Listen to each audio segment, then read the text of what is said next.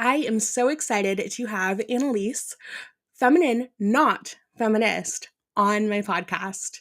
She has been a source of inspiration to me before she even knew that I existed. And I'm so excited she gets to talk to her tonight. Let me know in the chat how y'all are doing. And I wanted to make sure that I thank you for all of the prayers, for all of the stuff that's going on the back end over here. So thank you so, so much. And let's get into another edifying episode of Finding the Faith. If you haven't yet, please make sure to subscribe and smash that like button. Okay. Hey, Anneliese, how are you doing tonight? Good, good. Thanks for having me. Of course. Thanks for coming on. So, to get things started, what were your first memories of religion? Oh, my first memories. So I grew up in a Christian home and I grew up in church. Weirdly enough, I think my first memories, the thing that pops into my mind is communion. Because my parents, communion would come by and my parents would be like, no, you can't take that. And I was like, why? I want a snack on Sunday, and they were like, you need to accept Jesus. And so that night I went home, I was like, all right, I need to do this thing. I need to accept Jesus so that I can have a snack on Sundays. And that was my first, I was actually born again, but that's a memory I have pretty early on because I was pretty attracted to the measly cracker and the little bit of grape juice. So That's adorable. Can you share a bit about your background and upbringing within the context of your faith? yes, so a beautiful family. I have the most amazing parents. I am great friends with them, and they're just a huge part of my life to this day. So they both have a relationship with the Lord. I can remember, on his knees in prayer, he didn't know we were watching, but I saw that. And I grew up going to a conservative Baptist church. It wasn't fundamentalist. It was more mega churchy vibes, but Baptist. Okay. And we had a really good pastor for my first years there. And so I got really good teaching when I was younger. And that's kind of that's my church background, upbringing wise, but I started attending a Presbyterian church when I was 17. So I went from a conservative Baptist to Presbyterian. And that's pretty much been the only places I've been. I've settled in Christianity. So, yeah. And now, what denomination are you now? And how does that, feelings-wise differ from what you grew up as? Yeah, so I'm in, I generally don't share my denomination just because it's a privacy thing and I don't want someone to find me, but I'm happy to describe it. But it's a Reformed Presbyterian denomination. Is Presbyterian is the government. It comes from the Greek word for elder, presbyteros, but anyway, you don't need to know that. Basically, no, I'm fascinated by that. Tell me. Okay. I don't really know what a Presbyterian is.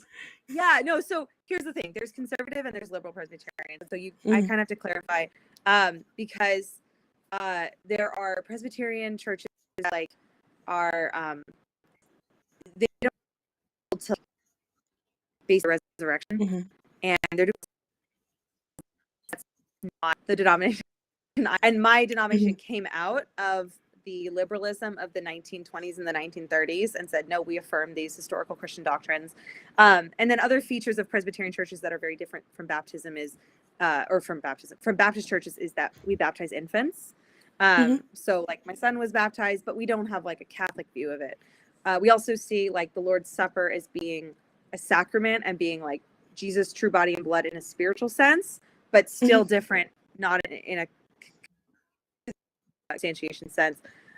Okay. Some distinctives, and then it's very Calvinistic, and so the teachings are going to be more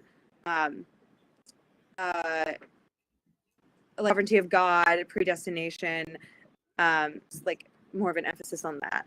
So that's where I found myself when I was 17. I met my husband. How did you meet your husband, if you don't mind sharing? Yeah. So I met him at this church. Technically, like I had seen him once, Mm-hmm. maybe twice, and but a bunch of us were playing ultimate frisbee, Mm-hmm. and he came up to me during a water break and he said, "What's your name and what do you want to do with your life?" And I was like, "My name is Anneliese, and I want to do missions. I want to teach English on the border of China and North Korea. Mm-hmm. And what do you want to do?" And he said, "Same." And I was like, I went home that night and I was like, "Heidi," I told my sister, I was like, "I might have met the man God wants me to marry." But at the time, I wasn't really attracted to him. Mm-hmm. And so I was actually interested in someone else who I ended up dating a lot and asked that the Lord, if he wanted me to marry, Mm-hmm. that he would make me attracted to him. Hanging out, and I looked over at him to ask a question or something, and he Mm-hmm. smiled, and I was like, like it was like it just in an instant, like I Like, was attracted to him. ah, Yes, and I've been attracted yeah. to him ever since. Like it was just like in an Aw, instant, love to see it. and so yeah, it was just like kind of a like I was praying about it. I was like, "Lord, if you want me to marry him, I need to be attracted to the man I marry." And bam. Mm-hmm. So yeah, it's kind of a but then we didn't date for a while. He was trying to go to China, like he was actually planning to go. Mm-hmm. And he's 6 years older than me, and when I was like 18, 19, I was like, I don't age that much. Um so Mm-hmm. but we finally made our way to each other and we got married years ago. Oh, that's wonderful. How long after getting married did you have your first little one? Let's see, he was born 3.5 years after we were married. So yeah, yeah. Awesome. You have such a precious family. Thank you. Um, yeah, we are working on, making it a family of three instead of just a family of two right now. Yeah, yeah, So, it can take some yeah. time, and like we my husband wanted to wait and I didn't want to wait, and then when we did start trying, took a few months, so I ended up having kids later than I thought we would, but it all worked out. It really all worked out, so yeah. Yeah. God's ways are always better than our ways, even when we're like, Yes. I want that baby now. Baby fever. Yeah, me from the wedding day, like I was but Mhm. my husband's like, "Oh, I'd like to have some time together, let's give it a year." And then a year went by and he's like, "Let's give it more time." So 2 years went by, and then finally we started trying a couple years after marriage, but yeah. Nice. In the chat, um, ooh, is anyone having problems with Annalise breaking in and out? Let me know if that's an ongoing issue and we will try to make sure that's all good. And then they're also saying that, oh, Hannah's here. They're also saying that some of our other friends in the chat are also currently trying to conceive, and they're like, I'm an impatient person too when it comes to that. Oh man, no, and with our first, and then because I was breastfeeding Mhm. our first, it took like almost 2 years to get pregnant a second time. So I completely, yeah, it can take a lot. So, Yeah. yeah, yeah. So, kind of little sidetrack here. What are your views on birth control? My views are, how do I say this? I am hesitant to talk about it for this Mm-hmm. reason, because I'll say what I think, but if someone asks me like in a Q&A on Instagram, Mm-hmm. I don't like giving what I think, because I know that when I was in the situation where I wanted to start trying to have a family, I Mm-hmm. would have seen some other woman's opinion or conviction, and Mm-hmm. I filtered that through my husband. Now I need to go change my husband. So that's the only reason I don't share it. But I personally see no reason to, other than like if either severe health problems or something like that. And I would never did hormonal birth control, only like non-hormonal methods. And I would never go on hormonal birth control. And can you please not do that, sweetheart? Can you please put those books back? Yeah, one second. He was playing with books and he dropped one on his toe. It's all good. I hope his little toe is okay. Come here. Come here. Come here. Come here. I can fix it. So she will be back in just a moment, folks.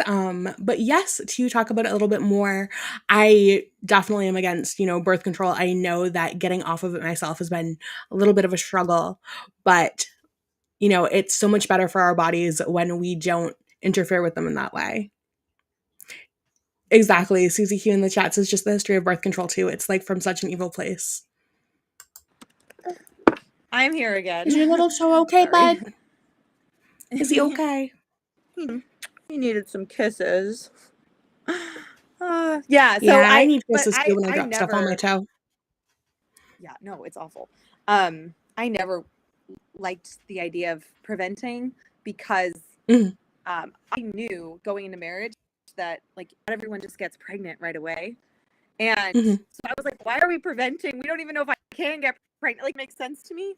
So logically, I was like, no, you just try as much as you can. You have no idea. And my husband was more like, no, like you're gonna get pregnant on the first try. Like, we gotta be so careful.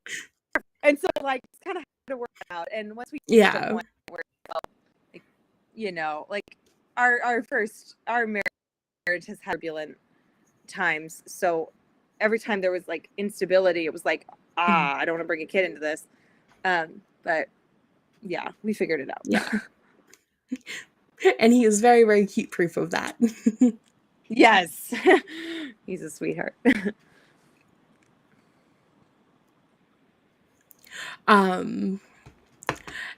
So getting back to it, in what ways has your faith impacted your daily life, decision making, and how you go about interacting with others? Yeah. So you mentioned interacting with others, and I would say I can answer that one first. Are you asking in the context of like my page or just in general, or in general and in your page, either one? Yeah. I guess in terms of on social media, because that's like we're all on social media here. I started to notice a while ago that I was very prone to being defensive and like non-correctable and just so, I guess defensive is the right word. And one of the policies that I've tried to incorporate with myself, others, which is directly influenced by my faith, is like just assume the best of people, even if they're saying, obviously people do terrible things, but so often when we're interacting with people on social media or not on social media, we're so quick to get triggered by just a little bit of disagreement. And like your heart's racing and you're like feeling so many feelings about it. It's such a weird physiological thing because like it shouldn't be that. So I don't know. God has really helped me to just see a person who happens to disagree with me and to not get defensive and see them as like an enemy. And it's really helped me respond more intelligently in conversations. If I'm not defensive, then I actually have time to think about what I'm saying, and then I'm actually better at communicating, and I'm more likely to convince the person, especially if there's no bitter heart towards them. I'm just, thanks for sharing your perspective. We see this really differently, and if you don't mind, I'd like to share my perspective with you, but just super non-charged. Anyway, that's an, how I interact with others that has been like wonderful. But yeah, I mean, everything is under the like coram Deo, like before the face of God. And I was just talking to my husband about this yesterday. It's just like, I was talking about something I wanted to Mhm. I wanted to having some difficulty with something, and I said, my hands are tied because all my options here are unlawful. And so I just have to sit with this feeling that I have, you know? And Mhm. it was like, and he was like, well, that's progress, because he was like, you're not turning to sin to cope with this. And you're not turning to things that God, you know, says, don't do that. Yeah. You're just sitting with your feelings. And I was like, you know, you're right. I don't want to sit with these feelings, but I'm going to sit with them because I can't sin, you know? So, Yeah. I mean, I don't know if that really, it was a big question. So I just kind of answered that the It way does. It I does for did. sure. So, Now, but yeah, as a everything. content creator, yeah, for sure. I mean, that's definitely really helpful. And I can definitely see that, because I've been following, I want to say that like I've been following you on Instagram since like 2020, something Oh, like that's when I that. started it. So, Yeah. And so even back before I was, I hesitate to say back before I was religious because I never stopped believing in God, but I was just like, I just broke out of a cult. I need some time. And then yeah, I took the time and then, got back on track. And your page really helped me to do that because I was like, well, I'm already doing like the traditional wife stuff. I'm already doing this and like seeing what benefits there are from that. I might as well, see what benefits there are from, the religious aspect of things as well. And yeah, yeah, your page is actually what got me together. back into reading the Bible. Cool. That's awesome. Yeah. Praise God. Now, as a content creator, what tips do you have for evangelizing and sharing the gospel's truth with your followers?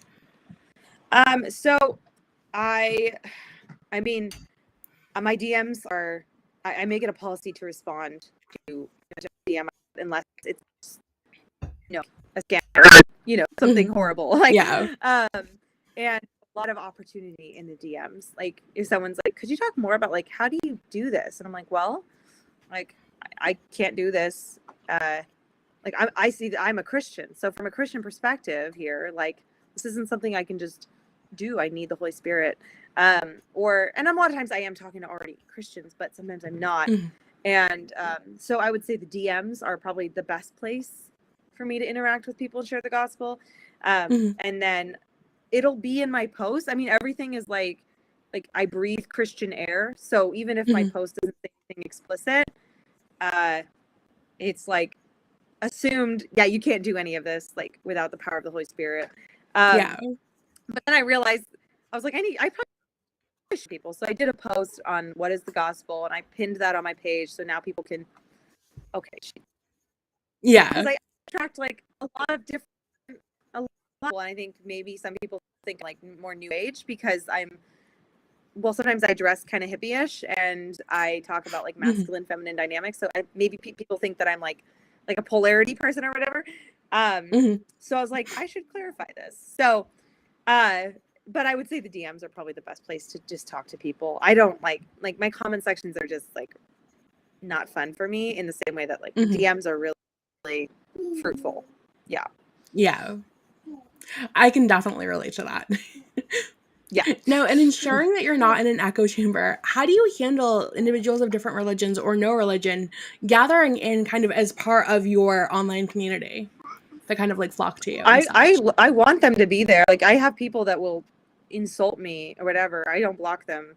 Uh, and I'll thank them for their sharing their thoughts because I think it's a way for me to practice what I preach about not being defensive because Mhm. sometimes I still get triggered and I'm like, I don't need to be. Like this person is hurting somewhere in Timbuktu and I don't need to. So one Yeah. thing is I just let myself sit with some of the negativity because it's good for me. But I didn't start my page. I've seen a lot of people come Mhm. to Christianity because they came through traditionalism first. So I don't think that it's impossible that someone will come to my page just because they want to figure out like how to be a better wife or whatever. Mhm. And then they'll get the gospel.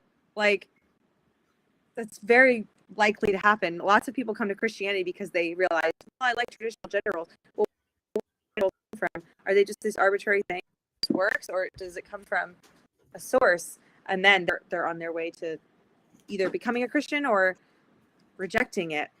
Yeah. So I am very happy to have people there. Sometimes I'm like, oh, you're saying weird things in the comment section, and I can't co-sign that, but whatever. Yeah.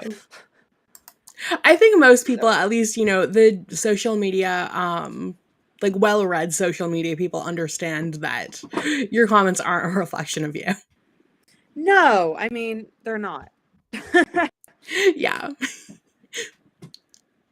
Now, how do you go about humbly and refreshingly allowing God to use you through your work? What does that look like for you? Yeah, I mean, I try to respond to people with, like I said earlier, with answers, and just something that was grown in me over time, because I think when I started my like a little misogynistic, a little red pilled maybe. And I was just like, what's wrong with women? Like, why can't they just like suck it up and just like get their act together? Like, I really kind of thought like that. And God has used all my interactions to, I actually really feel like I understand why women become feminists and why feminism is appealing. I understand it, I feel like. And so now when I'm interacting with someone from that perspective, I'm like, wow, I don't feel like angry or upset at you at all. Like I'm like, I'm feeling some of your pain. Mm-hmm. And I don't think feminism is the answer. And so yeah, I think that just trying to hear other people, like I really did kind of women like a little bit, and like us. And then I talked to enough women, I was like, man, like some of you have been through like some horrible stuff, but you're turning to feminism to cope with this, and you're turning to it as an outlet, and that's not helping either.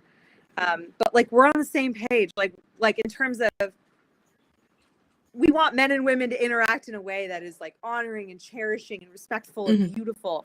And I don't think feminism offers that anymore, or whatever. So yeah. Were you ever a feminist?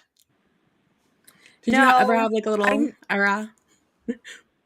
I always say that like everyone has like what's the word?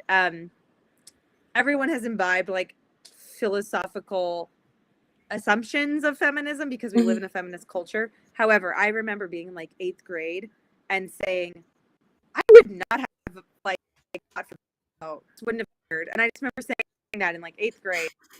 Someone like giving a presentation on Gloria Steinem, and I was just like, ugh, like I don't like this at all. So like I never called myself a feminist.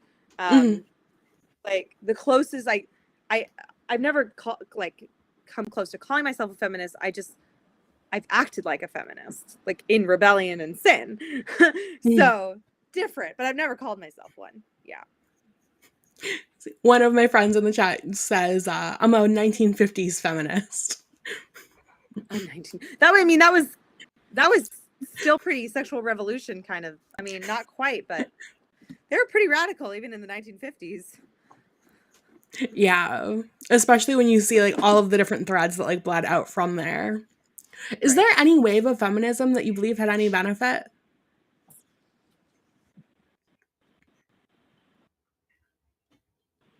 Okay, is that if we buy all the assumptions of what feminism did, which I haven't researched this, so I don't know. It's just like a talking point of, well, feminism gave you the right to do this. And I haven't proven, like, I don't know that's true or not true. Yeah. If you believe all those assumptions, then you're like, great, I'm glad that women can have bank accounts, right? But I have yet to see it, like, for instance, what people will say is, girl, the reason you even have a platform is because of feminism. People will say that to me. My platform is basically the same as like if I were to write a book, and women were writing books before feminism. People will say it's Exactly. because of feminism that you're able to make money. And I'm like, well, what was the Proverbs 31 woman doing? Because she was making money and she was not a feminist and she was not in the time. But I'm saying if you buy all their assumptions about what feminism did, but I don't see that those are true. And I don't know that basic Christian values didn't accomplish for women what people give feminism the credit for. Does that make sense? Yes, absolutely. Yeah. We're definitely on the same page with that one. Yeah. It's like husbands love your wives. Like that was the standard before for Christians, before feminism. So did feminism like activate that or like teach men how to do? No, I don't believe that it did. And treating women better. There's this comment in the chat that I think that you'd especially appreciate. There was some talk about nuclear families, and then someone said, it's not a family if it doesn't glow in the dark. That's funny. Clear family. Yes. Feminism actually takes everything away from what makes women special and unique. Yeah. Yeah. For sure. Now, what's the difference between being feminist and being feminine? And do you think they share any features? So, what I always say if someone asks me, like, okay, what does your username mean? Feminism to me is entitlement, and femininity is gratitude. And so, entitlement demands and says, I'm owed this. Mm-hmm. I'm owed this in the workplace. I'm owed this in society. I'm owed this in society. That's feminism. That's like a list of demands. And femininity is like humble receiving and gratitude. Like, I'm not owed anything, but I'm given so many wonderful gifts and I'm grateful. And you can see that a person who has an entitled attitude will not have a very different, the grateful attitude. I think there are plenty of women out there who call themselves feminists who are like lovely feminine women, like because their femininity is God-given. Like even if they call themselves a feminist, like that can't be taken away from them because still there, like innately, right? Woman has the feminine because it's God-given. So I don't think, you call yourself a feminist, you're not feminine at all. Like, ew. It's not what I think. I think that it's an attitude and it's a mindset that you have. And if you live with a feminist attitude, then you have a position of, and then if you live with a feminine mindset, it's a receiving, humble, grateful, this is what God has given me. It's not to say like there aren't things that we should require as women. Require. It's like the spirit. It's like the attitude that you live your life with. Because if you notice, like feminism now is coming up with, if you go to feminist, it's on Instagram. It's just the feminist page. The kinds of I think I've seen that problems. Before, yeah, the kinds of problems and injustices that they're trying to fight. I'm like, what? Like your tampon isn't absorbent enough? And that's that's a climate justice ish. Like it's insane. Like, so that's entitlement. And that's then, like, absolutely. And then trying to lump all of like they'll say feminism, but what they'll really mean is like racial socioeconomic justice for all, free Palestine, everything. And you're like, that's not that thing. And then they'll get mad at you when you spell women with like an E. Right. Like women like J.K. Rowling, like I'm like, I would consider her an actual feminist. But they hate her because she's not intersectional. She's like, no, women are women. And so to be a feminist means to advocate for biological women. Yeah. So. Yeah.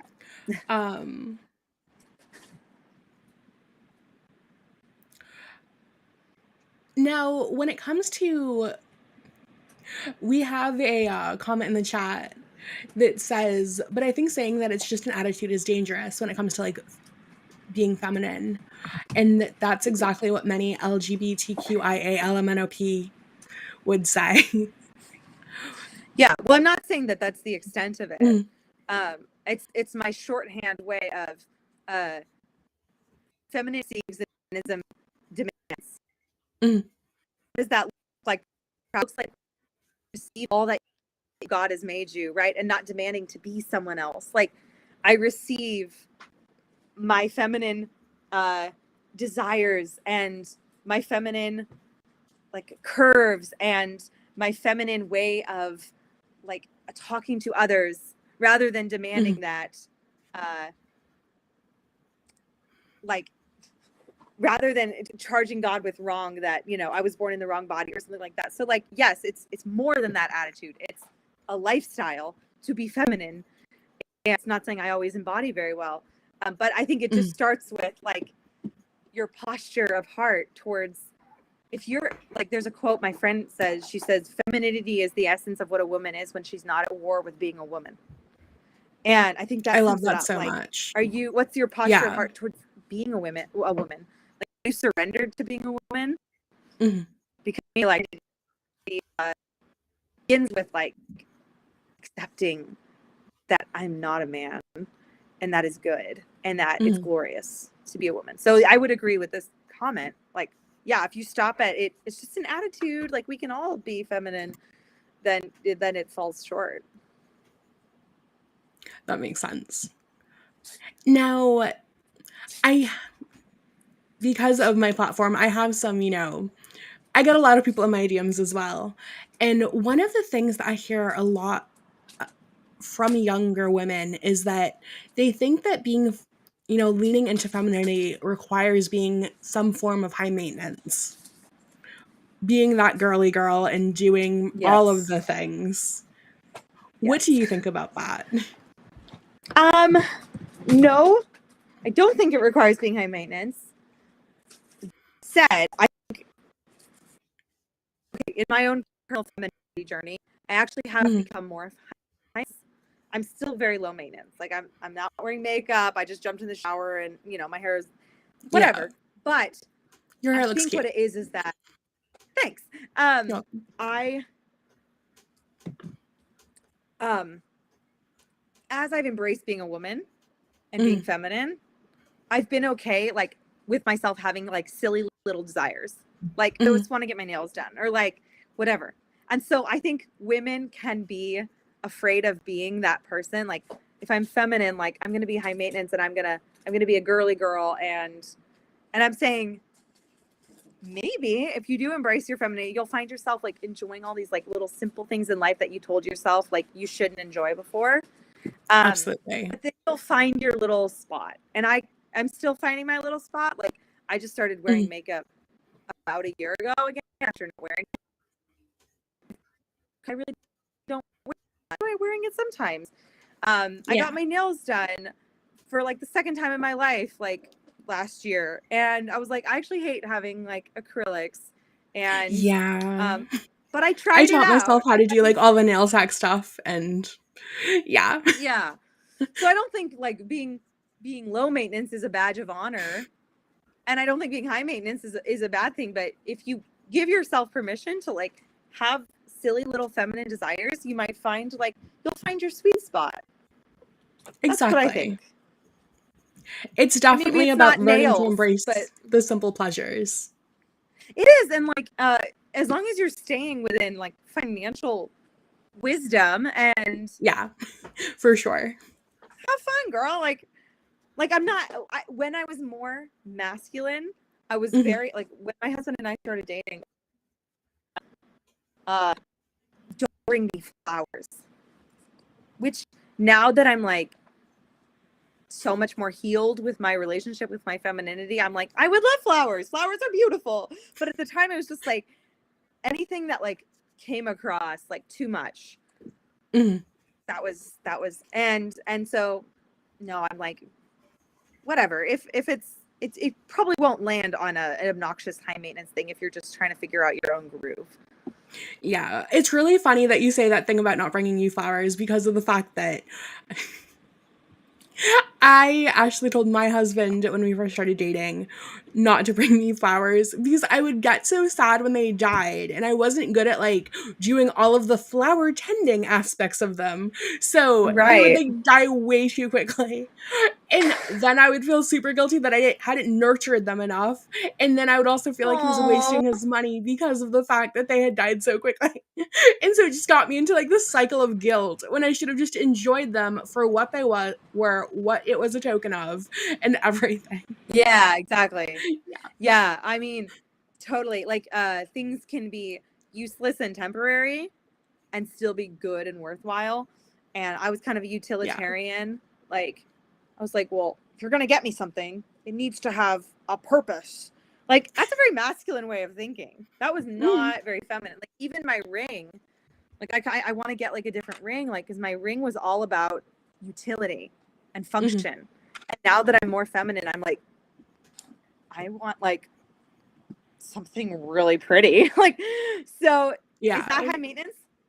Uh, it's more high maintenance than I was for sure. But that's just because I'm like allowing myself to be a woman and to have fun and to like beauty Exactly. and like dresses. And it's great. Um, one of those questions is what's your view on cosmetic surgery / procedures? Just to take the subject a bit more forward and further. I think that if you like are disfigured or something like that and you're restoring yourself to what you looked like before, like more how God made you or like whatever, all about that. Um, I feel like breast reductions have their place if someone is so large that it's like impairing their ability to like they're having back pain. Mm-hmm. I don't really see an issue with that. Other than that, I feel very weird about doing anything that alters. It's not like I'm altered. Like when I put on makeup, I'm not, and I contour Mm-hmm. like that's not invasive. It will be wiped off, and Yeah. I wouldn't. I don't like no. I think for like reasonable situations, pain or Mm-hmm. disfiguring or something like that. Yeah. One of um one of the friends in the chat says there's a difference between I want to get a huge wart removed and I want a bigger butt or boobs. Right. And if you want a bigger butt, like you can also work out, I guess. Like I don't know because I've never really I don't know. I haven't tested it, but I hear that like you can really grow your booty or whatever. So like put in work. Like that's like more impressive if you like put in the work to Yeah. have a big butt. And then Versus going the Nicki Minaj route of things. right. And I honestly it's gonna be out of style Yeah. eventually. And the majority of Super men know is a anyways. thing. Yeah. Yeah. Yeah. Yeah. No, like I can understand. Like I used to have an eating disorder, and I was very like obsessed with what my body looked like. So I can understand having issues. But um, I find that if you nourish yourself well and you're getting enough nutrients, like I don't know, I feel like your features like they do their own Botox. Like lips are Mm-hmm. fuller and your skin is clearer. Like good nutrition, sunlight, managing your stress. Like it's its own kind of beauty treatment. Mm-hmm. So Absolutely. And just now in chat, yes, you can work out and get a bigger butt, all in caps. So you know it's scientific. You know it's scientific when it's there all you in go. caps. It's scientific. Yeah. I don't make I the don't rules. really big, but no, whatever. um, That's great. yeah. Sorry. Y'all know I have a cat and he was just doing some cat stuff. I think he was trying to find the tunnels. Did you find the tunnels? No. He's in the wrong part of he's in the wrong part of New England for the tunnels. um so now kind of leaning into like the marriage and motherhood conversation that I had some questions about for you. How has faith influenced how you show up in marriage and in motherhood? In every way. I mean, if I was not a Christian, my marriage would be like about okay, this is how I see the world being marriage, and I can see how I would very much have the same perspective if I was not a Christian. Mm-hmm. It's two people that get married because they see that the other person is conducive to their own personal goals and their own personal self-actualization. So, you know, as long as you push me ahead in life, we'll get married. And when you cease to provide that pushing ahead that I want, then we don't need to be together, you know? So I think it's kind of Yeah. transactional. And that's an attitude I don't want to have in my marriage. I want to have an attitude of I'm my husband's helper. Doesn't mean I don't have hobbies. Doesn't mean that like he doesn't do anything for me. That's not what it's talking about. But I didn't get married thinking like either he's got to, you know, work towards my goal, or like we're just going to do our separate goals but encourage each other. Like no, like I'm getting on his team now. Yeah. And that partnership is so important. Like, yeah, and like his vision is going to guide our family. He might need me to let him in, actually, speaking of him. Oh, let me just open the door. 1 second. I'll be right back. Okay, dokes.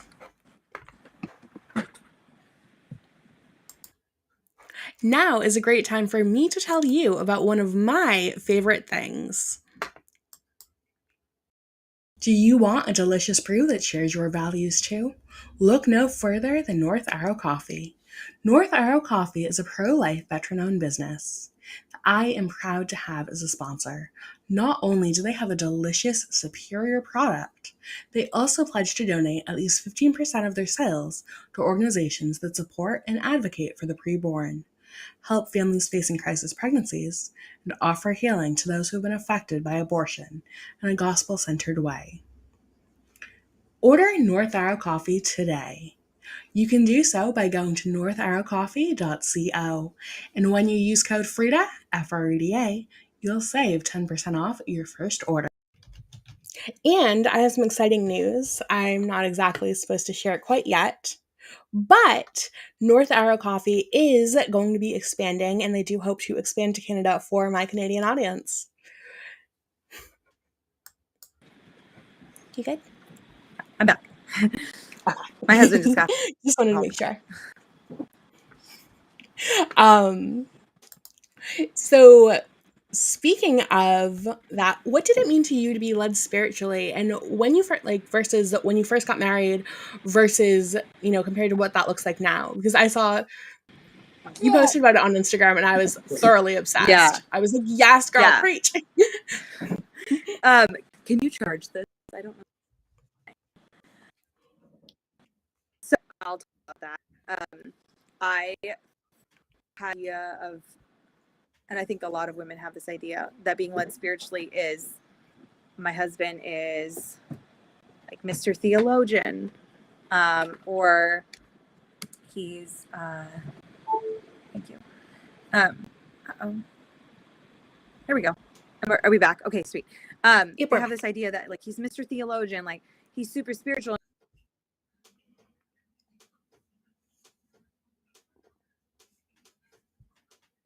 Maybe there. They you're there. dynamic of like emotionalism to what it means to be spiritual, Mhm. and then or he has to like lead us through the catechism and the Bible and prayer every single night, and or he's not spiritually leading.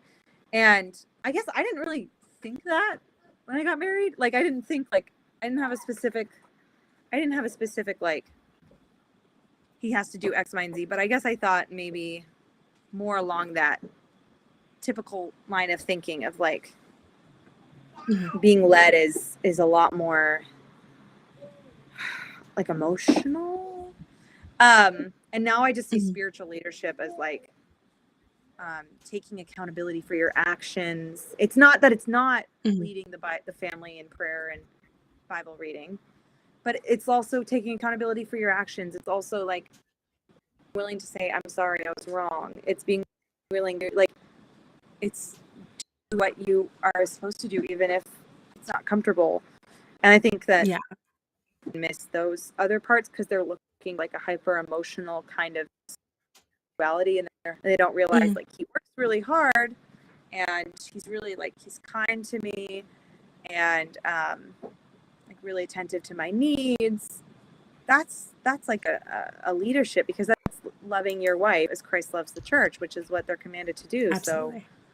So I don't see it as being nearly as emotionally charged as I probably did before. That was one of the things that really attracted me to my husband before either one of us were particularly religious, because I just saw all of the qualities I'd grown up hearing about, that were Christ-like. And I'm like, yes, this. Mm-hmm. And then Yeah. it just grew more and more from there. Yeah. And now that we are actually, religious, we're, Christians and doing the whole Christian thing and like reading the Bible and doing all, we're both somewhat new, like Right. within the past bit, but still like stepping into that, seeing how he does that so well and so like amazingly, just building on characteristics he already had is one of the Right. things that's just been so beautiful in my own marriage. That's awesome. That's really awesome. Many women, though, do struggle with submission. Why do you think this is, and what would your advice be to a woman wanting to get better at this facet be? The reason is because of Genesis 3, where it's, after the after Adam and Eve fall and the world is plunged into sin, and it says, but he shall roll over you. And there's many different views on that verse, so I'm not going to get into that. But I believe that it's because God is saying negative things right now. Like he's saying like your pain and child. It doesn't seem like he's saying something like positive, in the sense that like, because people will be like, oh, you're gonna just desire your husband. That's not a curse, and that's not a result of the fall, right? So I believe it's saying, you're gonna want to take the place of your husband, but he'll roll over you, and that's going to be a source of struggle. So that's why it's hard to submit, because like it's in our DNA as daughters of Eve. Like our first mother had it, like passed it on to us. So now if you have the Holy Spirit, like that, you don't have to that doesn't have to be the final say. And I would say that first recognizing that, and it's a muscle that you practice. Like you don't just wake up one day and say, well, I'm just going to be submissive today. You have to practice stretching the muscle and working it out so that it can get stronger every time. And you will be very, very sore the first time you stretch it. But an example would be you, your husband says like, I don't know. I think that we should move to a place to save on rent or something like that. And you're like, we have 3 kids. Like, we need to be in this. Like, your first initial reaction is going to be to dispute. But digging your heels in. Right, to dig your heels in. What you could do is say, okay, I will submit to you make, because I trust you.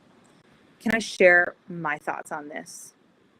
Like that's still your mind, but it's doing it in a way that's still submitting to your husband. And so I try to practice that. Like he says something and Mons is like, and then I'm like, I will respect and submit to whatever decision you make. Can I share what I think about this? And I'm just telling you, that'll be way better received. It's like, oh, well, she's gonna listen to me, so like I need to listen to her. So yeah, sometimes I aim for the kind of like, I know you have this covered, but may I please make a suggestion? Yeah, and so it's not, that's totally putting him on the defensive. It's like, here, let me help you. I know you totally have it covered because you and God always work all this, like all things out to his glory, but also at the same time too, I may be seeing something that you're not exactly like not like zeroing in on. Right. Because you are given to him to help him, and it would not be fair to him or to you to not use that God-given helpership in decision making. Exactly. And I'm Yeah. thankful that I'm married to a very efficient man who loves to use his resources. Amazing. Now, there was one thing that I wanted to get into that I saw on your Instagram. If you guys aren't following, um, yes, chat reminds me that I actually do have an article coming out with the US Daily Press, sorry, the American Daily Press, Oh. about giving feedback. So that will be coming out soon. I sent it off to the editor tonight. So we'll see what needs to be made, switched up, whatever. But that will Awesome. be coming out within probably sometime this month. Um, but where was I going with this? Oh, yes, on your Instagram. Sorry, it's been a day.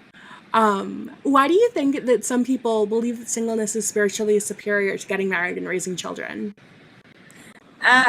I think that. So, did you see my recent post on that too? Yeah, I did. Yeah. I think the reason that I believed that was because I couldn't conceive of how um, marriage could be sanctifying. Like, I couldn't Mm-hmm. even, like, it felt like a cop out. And I think I was kind of thinking, like, well, you don't have to, like, you get to have sex whenever you want. And, like, I think I was just, like, thinking it was, like, kind of, like, carnal. And Mm-hmm. that if you, like, suppress and deny yourself physical urges as a single person, like, you're objectively walking the holier, higher road. Mm-hmm. And that marriage doesn't require you to die to yourself in the way that singleness does, which is not true. Like, yeah, you can have Yeah. sex when you're married, but you have to die to yourself in a lot of other ways. That's frankly harder than like not having sex. Like, Yeah. and so I think that I just had almost like a Gnostic medieval Catholic, like I don't even know, like a monastic view almost. And it's just Mm-hmm. funny because I grew up Baptist, so I don't know where I got that, but I guess I just saw it as like carnal. And I didn't really see, I never was the girl that grew up like wanting to have kids. Um, Mm-hmm. so, and I was never in my church culture, it was never like, oh, having a family is like the best thing you can do in the kingdom. Like, no one said that kind of stuff. Mm-hmm. So I had no reason to think it was. I was just like, yeah, that's what average people do, but I'm not average. Like, I'm special and I'm going to be single and Mm-hmm. I'm not going to, you know, like, Yeah. so I that, went through a variation of that myself where because of the fact that I was an orphan, I grew up as a Jehovah's Witness. I kind of fell for like a lot of like their brainwashy teachings, and I was like, "Oh, I'm just gonna wait until paradise, until my parents get resurrected, and then I'll get married, and it'll be fine." wow, that's Yeah, very future thinking. yeah, that thankfully did Wow. not last long when I had an arranged marriage sprung on me, and then escaped that, escaped the call, and then I found my husband. Yeah, there's a lot there that Goodness. you and I could get into. I'm an open Yeah, book. I was Feel like, free to ask me anything at any time. if you have a podcast on your testimony, then you need to send that to me. Yeah. Yes, I do. For those of you who may be new around here as well, I have it. It was in the first season, so make sure you subscribe to the channel, and then, um, you'll be able to see it. My friend Sarah interviewed me. Cool. Okay, awesome. That sounds really interesting. Yeah, yeah, it was pretty crazy. But yes, so I know that we are going to be wrapping things up real quick, but there are a couple Twitter questions. Yeah, So sure. Sure. would you like to say to close us out in prayer, and then we will go into the Twitter section for that. Sure. Yeah. Awesome, thank you. Dear Father in heaven, Lord, thank you for this conversation. Thank you for my guest and her kindness and her hospitality. thank you for the listeners here today. Lord, I pray that you would bless them. And I pray that we would live the things that we preach, Lord, that we would not be just hearers of the word, that we would be doers. Help me to live the things that I've talked about. By the power of your Holy Spirit, I pray. In Jesus' name, amen. Amen. Thank you so much for that beautiful prayer. And thank you everybody for tuning in. We will be right back with our Rumble section. With our Twitter section. So make sure if you are watching on YouTube or Twitter that you hop on over to Rumble, because that is where it's at. That's the main channel that we do here.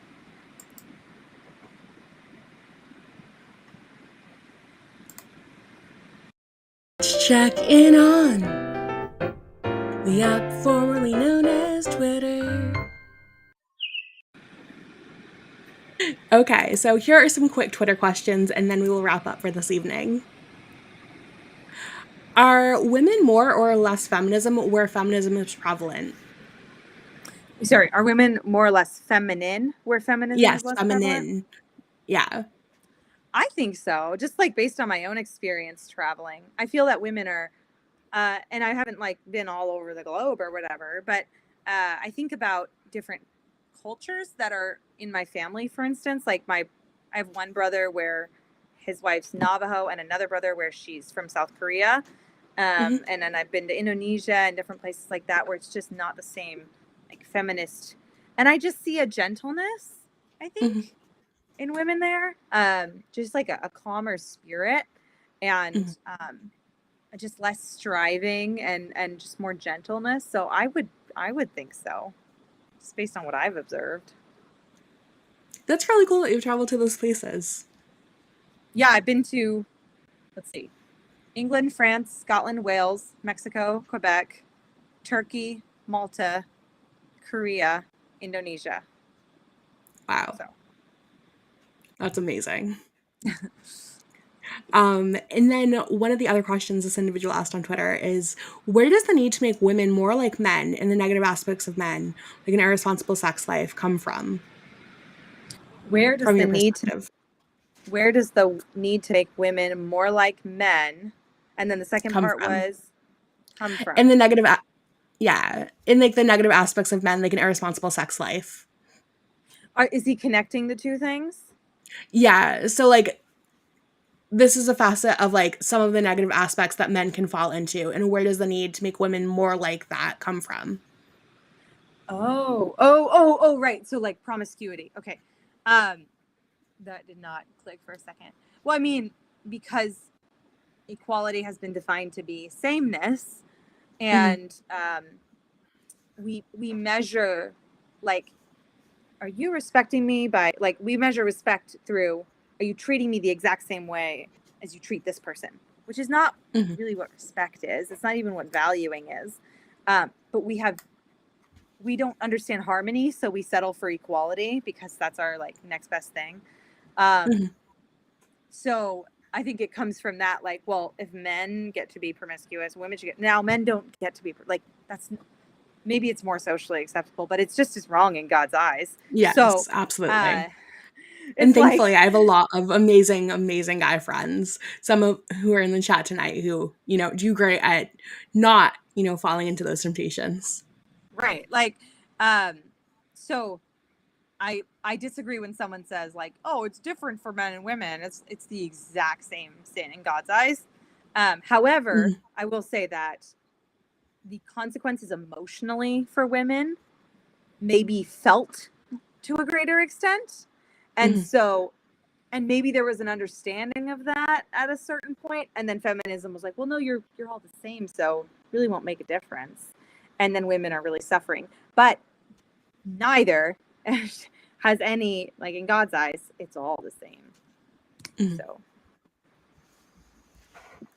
And then a couple more questions. As far as feminism itself goes, is your average woman better off now as opposed to before feminism? And do you think your average man is? I guess if we make our standard happiness, Mhm. like, are women better off? Are they happier? I don't see a lot of happy women Yeah, today. it's really So sad. so the question would be, if you make better off, like how many can you go get a STEM degree or whatever, then of course you'll be like, yeah, they're better off. Are they happier? That No. remains to be proven, and I think it can be Mhm. disproven. So no, Yeah. I would say they're not better off, because if you're not happier, then what's and Yeah. men, it also, the question was, or Yeah. Do you think the average man's better off after feminism or before no. feminism? Now the average man has to do nothing to uh to get sex, which Yeah. now it's just like, uh there's no incentive for marriage. The average man is a shadow of what he could be potential wise, because nothing in his life is forcing him greater or higher. Mhm. That's so true. Having to, work for the things, whether it's for, working for sex if you are, in a more promiscuous culture that is, far from God, or even working, within a Christian culture to prove that you're worthy of, marriage and all of the things Marriage. that you want and like all of your dreams happening. It really is a driving force that people need. Yeah. I mean, it's a driving, like, for me, even as a woman, like, I still have sex drive. So, like, I still would, Yeah. like, I need to be marriage material. Like, I need to be ready. Like, if I want to have sex, I need to get married. So, and if I was like, well, I can just have sex outside of marriage, it's like, I'm not even going to live up to my potential. So I'm not even going to try. I can get what I want without having to do any work. Yeah. That's I think like 10%, not even, of my graduating class was actually virgins. I went to a really slutty high school. Moving on. Do you think it's possible to be a feminist and a Christian? I know people that are Christians, like true Christians, and they call themselves feminists. Do I see them actually like living out feminism? Not really. Like, just I like ideally they're like, yeah, equal rights and whatever. Um, do I do I think that you can in practice, like, well, okay, if you go to the Mhm. feminist page, like nothing about that is Christian. It's completely Yeah, contradictory. But yes, there are people absolutely. that call themselves feminists because they think feminism is just like women are equal to men and whatever, and they're Christians. And I would just say maybe learn a little bit more about what it really means to be a feminist, and ask yourself if that's compatible with Christianity. Yeah, and if that's a label that you really want to wear when, we're all bought with Jesus's blood. And Right. so that should be the first label, no matter what else we have going on for us, that Right. we focus on. Yeah. Awesome. Thank you so much. This has been such an amazing conversation, and I'm glad I got to know you better. Yes, Everybody, thank you. where can they find you? So I actually just changed my handle on Instagram. Sorry. You sh- Um, oh my but goodness. yeah, I actually changed it in the summer, and then I accidentally Hmm. changed it back to feminine, not feminist. And Hmm. then today I was like, I still want to change it. Because I wanted to make it more personal, like this is who Hmm. I am. So I made it, I think it's I'm underscore Hmm. Anneliese underscore.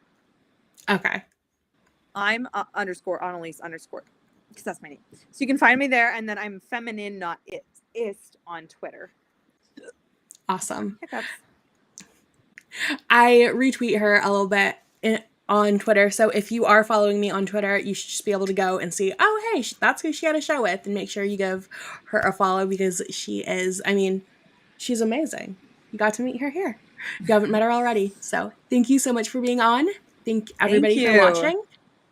And I hope everybody has a wonderful, wonderful evening. Thank you. Bye. Stay based, stay blessed.